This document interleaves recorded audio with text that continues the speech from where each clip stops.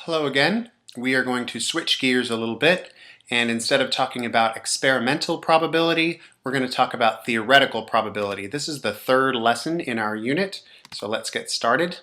Let's again go through some definitions. Theoretical probability is the expected likelihood that something will occur, and we use mathematics rather than experimentation to figure out what that probability is.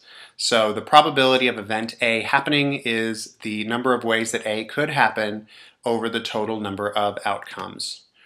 Okay, now let's talk about complementary events. We've seen that word when we were talking about sets, complementary sets, but it shows up again and it's no coincidence. So two events are considered complementary if one of the two events must occur. So it would be like heads or tails. Those two events are complementary because either one occurs or the other one occurs and nothing else happens. And the probabilities add up to 1.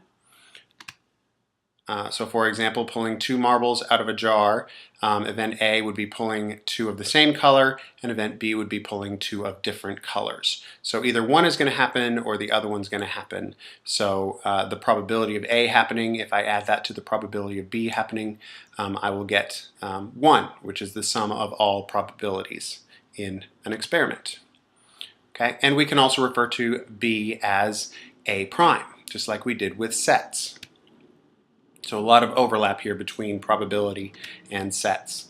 We can use a grid to organize our sample space just so that we can help ourselves calculate the probabilities of things. So I've got a grid set up from 0 to 6 on the x and the y axis, and I've circled the possible things that can happen. Obviously 0 and something can't happen, so those don't have a little circle where those two numbers intersect, but 1 and anything can happen, 2 and anything, and so on. So I've got 36 little circles there to represent my sample space.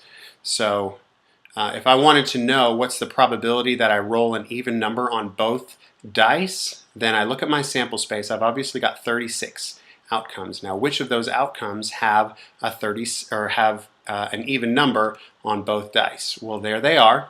6 and a 2, 6 and a 4, 6 and a 6, 4 and a 2, 4 and a 4, 4 and a 6, 2 and a 2, 2 and a 4, and 2 and a 6. So there's 9 outcomes there out of the 36. So that makes 1/4 if I reduce that fraction.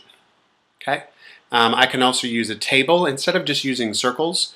Maybe I want to calculate something with those dice. So what I've done is I've actually summed up the first die and the second die, and I put that sum where they intersect. All right.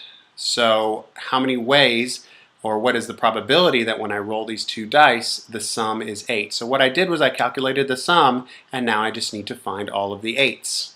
Well, there they are right there. There's 5 of them out of my 36 outcomes, so the probability is 5 out of 36.